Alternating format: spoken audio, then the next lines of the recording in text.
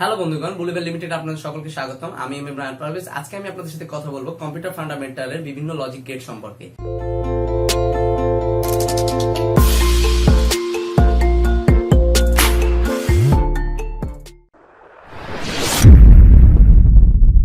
তো চলুন সর্বপ্রথম আমরা জেনে নিই লজিক গেট কি।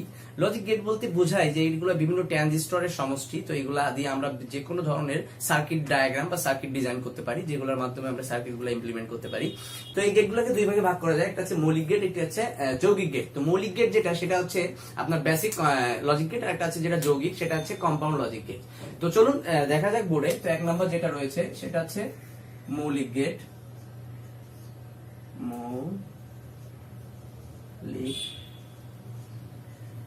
গেট বা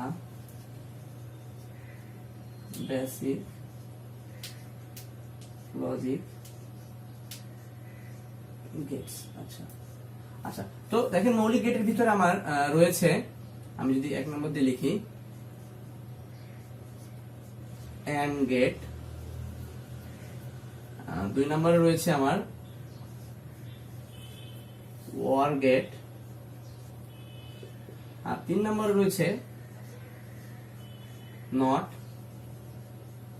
গেট। আচ্ছা, আর যেটা দুই নম্বরে আমার রয়েছে সেটা হচ্ছে যৌগিক গেট।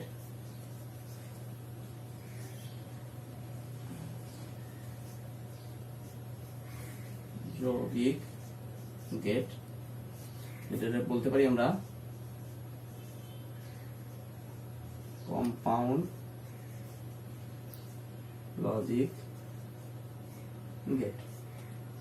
আচ্ছা, তো এই যৌগিক গেটগুলো বেসিক্যালি এই যে তিনটা মৌলিক গেট রয়েছে, এই মৌলিক গেটগুলোর বিভিন্ন সমষ্টি মিলে এই যৌগিক গেটগুলো তৈরি হয়েছে। তো চলুন এই যৌগিক গেটগুলো কি কি দেখে নেওয়া যায়। এক নম্বরে রয়েছে আপনার নর গেট, তারপর আছে দুই নম্বরে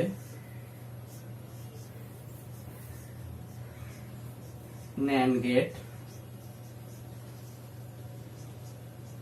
তিন নম্বরে রয়েছে এক্স অর গেট, এবং চার নম্বরে রয়েছে এক্স নর গেট। তো এর ভিতরে বন্ধুগণ, এর ভিতরে যে এই যে দুইটা রয়েছে তিন নম্বর এবং চার নম্বর, এটিকে আবার বলা হয় বিশেষ গেট। সরি, এটাকে বলা হয় বিশেষ গেট। তো এটাই ছিল হচ্ছে আপনার লজিক গেটের ফান্ডামেন্টাল বা বেসিক, যেটা বলেন যে গেটগুলো কত ধরনের। তো আজ এ পর্যন্তই। পরবর্তী ভিডিওতে আমি আমার পরবর্তী এই গেটগুলোর বিস্তারিত আলোচনা করবো। তো ধন্যবাদ সবাইকে।